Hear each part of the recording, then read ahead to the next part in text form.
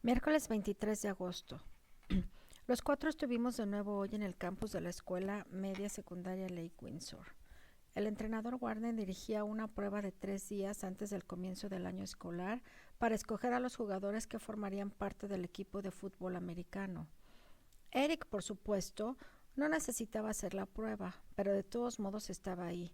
Mi papá había traído a Eric a principio del verano para que conociera al entrenador Warner.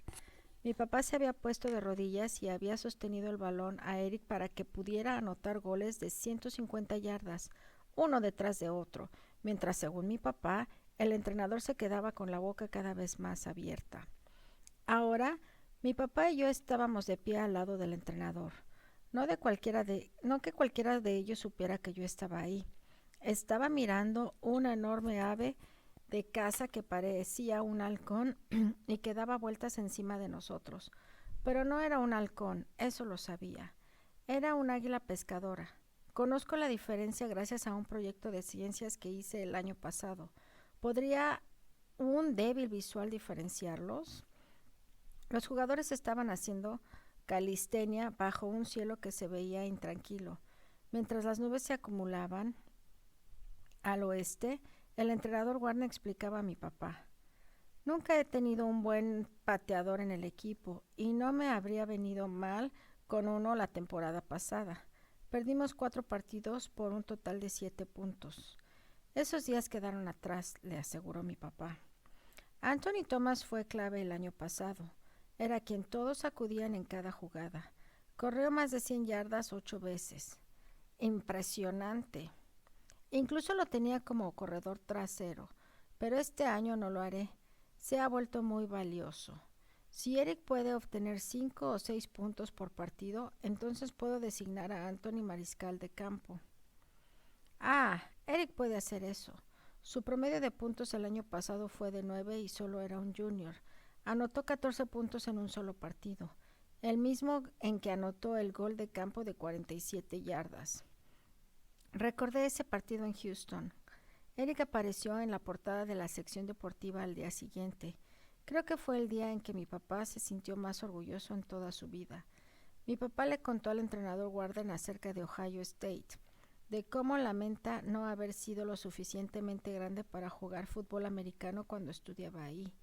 El entrenador Warden asintió con lástima, como si, como si estuviera de acuerdo en que eso era una tragedia en la vida de mi papá. No lo entiendo. De nuevo, no entiendo por qué a mi papá le gusta el fútbol americano. Yo jugué fútbol americano, en serio, en la liga infantil. Es aburrido. La mayor parte del tiempo la pasas dando vueltas en espera de que alguien te diga qué hacer. Y al final, un tipo como Eric, que no ha hecho nada para el partido, puede llegar y quedarse con toda la gloria. No funciona así en el fútbol. Eric jugaba fútbol y también era muy bueno. Fue cuando vivíamos en Huntsville. Y él tenía entre 9 y 10 años de edad. Cobraba todos los tiros penales de su equipo. Así es como aprendió a patear con tanta fuerza, clavando el balón al fondo de la portería. Cuando nos mudamos a Houston, Eric tenía 11 años. Se dio cuenta de que el fútbol americano era el deporte más importante. Se dio a la tarea de patear un balón de fútbol americano como si estuviera jugando fútbol hacia una pequeña red que puso en el jardín. Día tras día, sin importar que lloviera, hiciera frío o calor, Eric se esforzaba en perfeccionar su patada de 2 pasos. Hasta entonces, a mi papá los deportes no le habían llamado mucho la atención. Una vez que Eric se convirtió en un buen jugador, mi papá se transformó y empezó a hablar de su carrera de fútbol americano en la escuela secundaria y, por supuesto, de su frustración universitaria. Se obsesionó con el fútbol americano, especialmente con las patadas de gol de campo. Aprendió cómo sostener el balón para Eric, girando las agujetas hacia afuera. Incluso por un tiempo insistió en que yo les ayudara pasándoles el balón, pero nunca lo hice de buena gana y al final me excluyeron de la rutina. Vimos cómo los jugadores de Lake Windsor se dividían en grupos para hacer carreras cortas cronometradas. Mi mamá se acercó y estuvo con nosotros de pie durante un instante. Sabía que estaba ahí para decirme que debía meterme al auto porque llegaba una tormenta. Se acerca una tormenta. dijo el entrenador Warner, quien simplemente sonrió y asintió. Así es.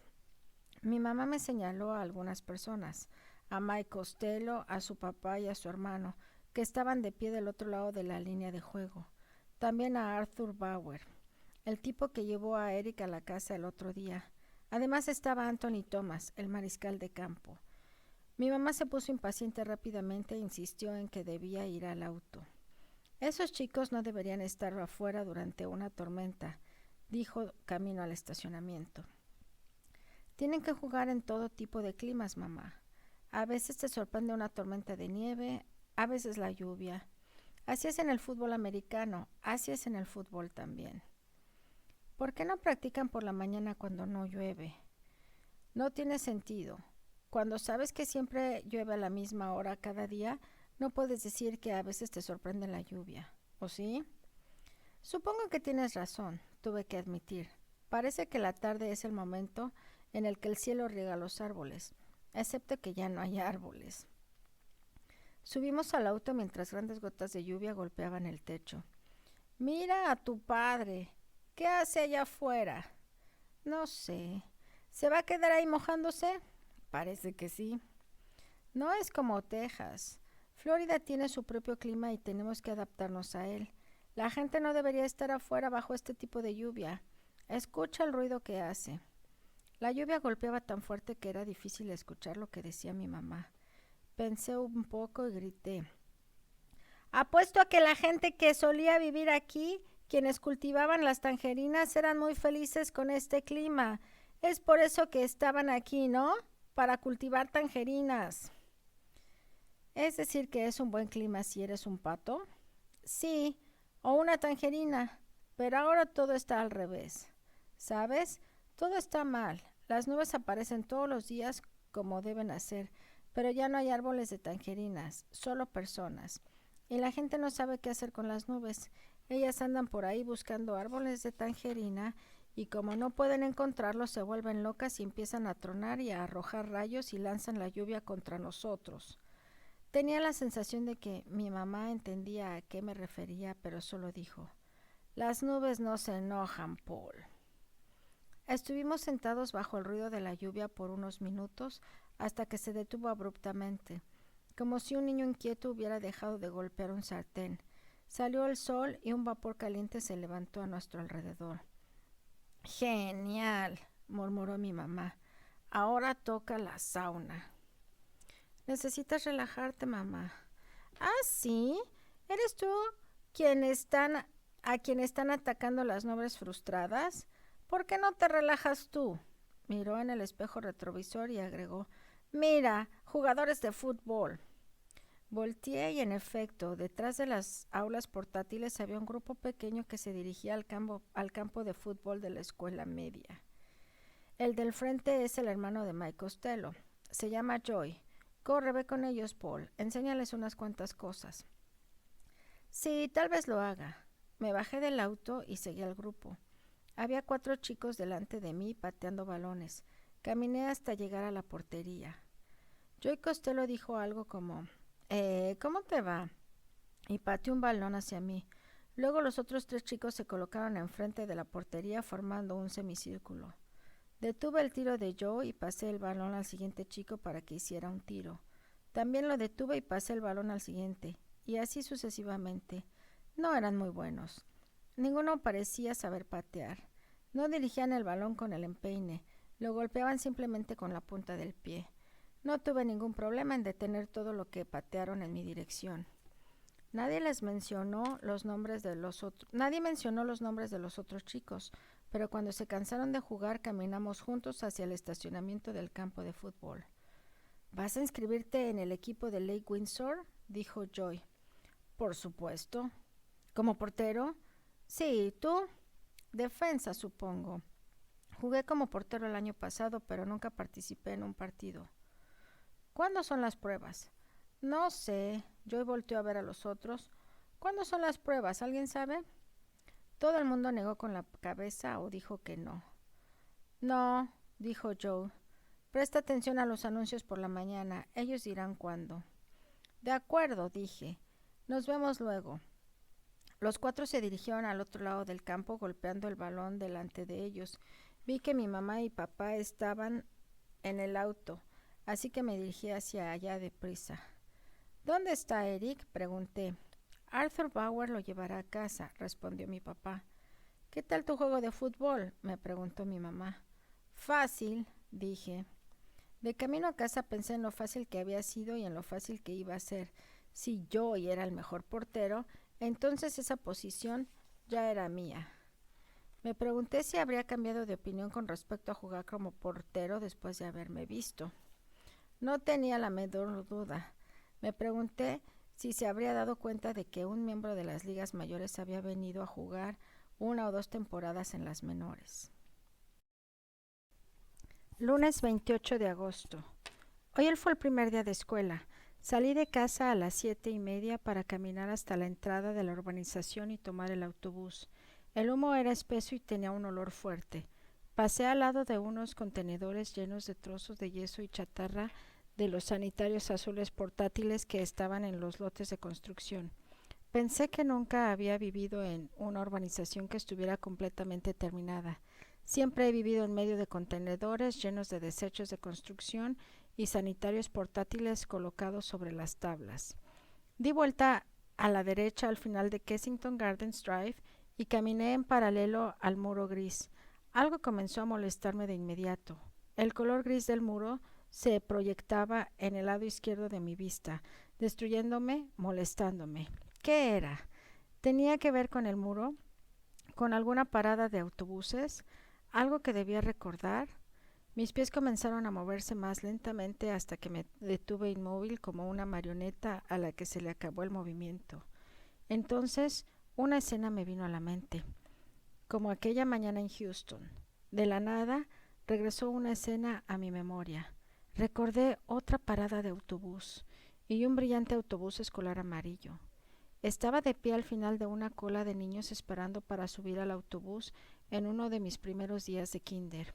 Mi mamá me había llevado a la escuela el primer día. Este sería el primer día en que debería haber sido acompañado por Eric, mi hermano que cursaba el 5º grado. Pero Eric no se quedó conmigo por mucho tiempo. Estaba de pie al frente de la cola con sus amigos del 5º grado y uno de ellos se dio la vuelta, hizo una mueca y me llamó. Niño Eclipse, ¿cuántos dedos ves en mi mano? Al principio no me di cuenta de qué hablaba y yo no tenía idea de lo que quería decir. Eric y sus amigos se rieron. Luego las puertas del autobús se abrieron y todos subimos. Ahora no podría tener en orden todos los detalles de lo sucedido, pero más tarde me di cuenta de que por alguna razón los niños más grandes en el autobús escolar empezaron a llamarme Niño Eclipse. Es que en verano hubo un eclipse, unas 3 semanas antes de que la escuela comenzara. Basado esto, Eric contaba la historia a sus amigos. La razón por la cual yo llevaba anteojos de fondo de botella era que había mirado al sol sin protección durante aquel eclipse. La historia me desconcertó en aquel entonces, tal como me desconcierta ahora. No recuerdo haber hecho algo así. Pero de todos modos, cuando repaso las fotos de la familia, noto que no usaba anteojos antes de ese verano, y justo después del eclipse aparezco usando estos gruesos lentes que ahora son mis anteojos de todos los días. Desconcertado o no, acepté la historia, incluso me la conté yo mismo. Me dio una especie de identidad en el kinder, hizo que yo fuera alguien, el niño que desobedeció y ahora estaba pagando el precio. Mírame si te atreves. Parecía que los maestros y otros adultos me valoraban como ejemplo. Yo era la prueba viviente de que no debes mirar un eclipse porque te quedarás ciego, de que no debes jugar con un refrigerador abandonado porque te sofocarás, de que no debes nadar inmediatamente después de comer porque te darán calambres en el estómago y te ahogarás. Ahí estaba yo, en el autobús escolar amarillo, el hermano menor de Eric Fisher, el niño eclipse, con una discapacidad visual y totalmente incapaz de seguir los pasos de su hermano. La escena se desvaneció. Me quedé inmóvil por un minuto, tratando de recordar más, pero nada me venía a la mente. Entonces di la espalda al muro y comencé a caminar de nuevo. paso a paso hasta el final de la calle. Al dar vuelta en la esquina, me sorprendió ver a otros chicos de pie, junto a la caseta de vigilancia. En las 2 semanas que he pasado aquí, no había visto a ningún otro chico de Lake Windsor Downs, aun a pesar de que había andado en bicicleta por las calles a todas horas del día. Ahora había unos 10 chicos de distintos tamaños repartidos a lo largo de una especie de cola. Sin hacer ruido, me coloqué al final, cerca de un chico que se encorvaba tanto que tuve miedo de que se fuera a caer. No era el único. Todos parecían estar deprimidos, tristes de estar ahí. Me pregunté si solo estaba fingiendo o si de verdad no sentían ninguna emoción por el primer día de clases. ¿Qué tal, portero? Di la vuelta sorprendido de que hubiera alguien detrás de mí. No lo vi llegar. Era Joey Costello. Levanté la mano y dije, Paul Fisher. Tú eres Joey, ¿verdad? Así es, respondió estrechando la mano. Conocí a tu hermano cuando vino a mi casa. Me parece que también estaba tu papá. ¿Es así? Sí, mencionaron algo. Dijeron que tu hermano puede anotar goles de 50 yardas. Así es, vaya que puede. Mike dice que el entrenador Warner pidió que le sostuvieran el balón a tu hermano. Se llama Eric, ¿verdad? Sí, presentía que Mike terminaría sosteniendo el balón para Eric cuando nos dijo que era el mariscal de campo de refuerzo. Joey pensó un momento y agregó, Mike está pasando por una racha de mala suerte, ¿sabes? Mike es un buen jugador, pero juega como defensa, no como mariscal de campo, y ahora juega a la sombra de Anthony Thomas, el mejor mariscal del campo del estado. Nunca podrá jugar a menos de que algo malo le suceda a Anthony, y entonces todos estarán molestos porque Mike no es Anthony. Sí, no hay manera de que salga bien. El autobús dio vuelta al camino de entrada y se paró delante de nosotros. Cuando subimos, Joey se sentó en uno de los jugadores de fútbol con los que estaba el otro día. Yo encontré un espacio vacío en la parte de atrás del autobús y saqué mi horario de clases. La escuela nos había mandado un horario computarizado con información sobre mis 6 materias, los nombres de mis maestros y los números de las aulas.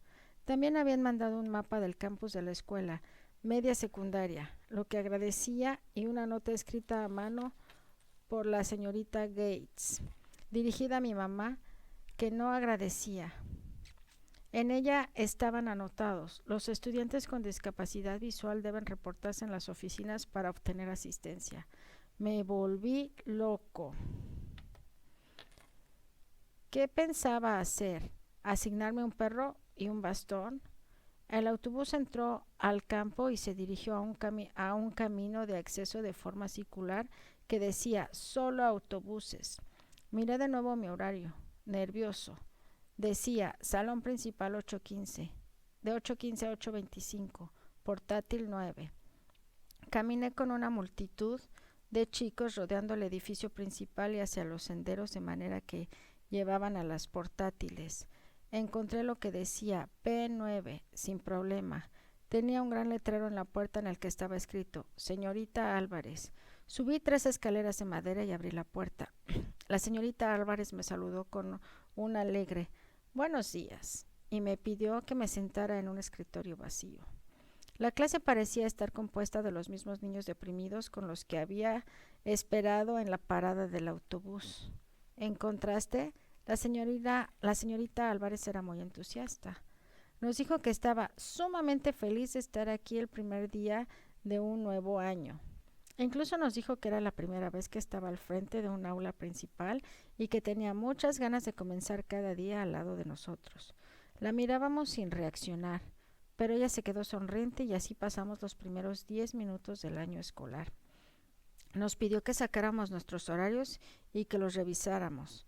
El mío decía Ciencias de 8:30 a 9:25, portátil 12. La señorita Álvarez leyó algunos anuncios de una copia impresa, pero no había nada acerca del equipo de fútbol. El altavoz del aula nos sorprendió con un sonido de gong. Era la señal para escurrirnos de nuevo hacia los senderos de madera. Teníamos 4 minutos para llegar a la siguiente clase, pero me tomó menos de 1. Subí por unas escaleras marcadas P12, donde el letrero verde decía Señora Hoffman. La señora Hoffman estaba de pie dentro, justo al lado de la puerta. Un diagrama de asientos en la misma mano era evidente, de la misma mano. Era evidente que ella se encontraba en el otro extremo de la cadena alimenticia de maestros que la señorita Álvarez, tal como nos diría en breve. Ella había enseñado ciencias desde hace 20 años. Me pidió mi nombre y me mandó al último asiento de la primera fila. Los chicos de esta aula parecían un poco más vivos. 5 minutos después de que había empezado la clase de la señora Hoffman, alguien tocó la puerta. Entró una chica que tenía en la mano un bloque de madera pintado con la palabra pase. Susurró algo a la señora Hoffman, quien revisó su diagrama, miró en mi dirección y dijo: Paul Fisher, por favor acompaña a esta jovencita. ¿Qué podía hacer? Me levanté y seguí a la chica hacia afuera del aula en dirección al corredor. ¿A dónde vamos? Dije. A la oficina del señor Murrow. ¿Quién es el señor Murrow? Es el jefe de orientación. Entramos a una pequeña oficina en las oficinas centrales. Un hombre vestido con un traje café y anteojos gruesos como los míos estaba sentado en el escritorio. Enfrente de él había una pila de formularios de PEI. ¿Cuál es tu nombre? Dijo. Paul Fisher. Encontró mi PEI. Muy bien. Ella es Kerry Gardner, una de nuestras voluntarias. Kerry hará las veces de tus ojos, por decirlo así, hasta que hayas aprendido a desplazarte libremente por el campus. Pero puedo ver bien. ¿Puedes? Parecía verdaderamente sorprendido. Sí, señor, ya estuve en 2 clases. El señor Murrow revisó de nuevo mi PEI y volvió a verme. Bien, quizá dado que eres nuevo, Kerry podría mostrarte la escuela el primer día. ¿Qué mal puede hacer esto? No supe qué decir, no supe cómo describir el mal que me haría. Como de mi boca no salió nada más, dijo: ¿Por qué no regresan ambos a la clase de la señora Hoffman? Seguí a Kerry Gardner hasta la P12, de hecho hasta las escaleras exteriores de madera. Ahí fue donde finalmente mi voz regresó. Me detuve. Mira, lo siento, no es mi intención arruinar tu trabajo, pero no hay motivos para que alguien me muestre el campus, ¿de acuerdo? Dije con la mayor tranquilidad posible. Como me miró con desconcierto, expliqué un poco más. Estoy bien, se trata de un error. Puedo ver sin problemas. Entonces, ¿por qué usas anteojos? Respondió con naturalidad. Levanté la mano y toqué el grueso armazón de plástico. Tuve un accidente, una especie de daño en los ojos cuando tenía 5 años, dije finalmente. A Kerry claramente no le importaba ser revelada de sus obligaciones. Lo pensó por un momento, bajó la voz y dijo: Mira, me voy a quedar con el pase hasta el final del día antes de regresarlo. Nadie se dará cuenta. Muy bien, gracias. Se iba cuando volteó. ¿Cómo ocurrió el accidente? ¿Qué fue lo que dañó tus ojos? Preguntó. No sé, es decir, no estoy seguro, respondí. Se fue y me dejó pensando.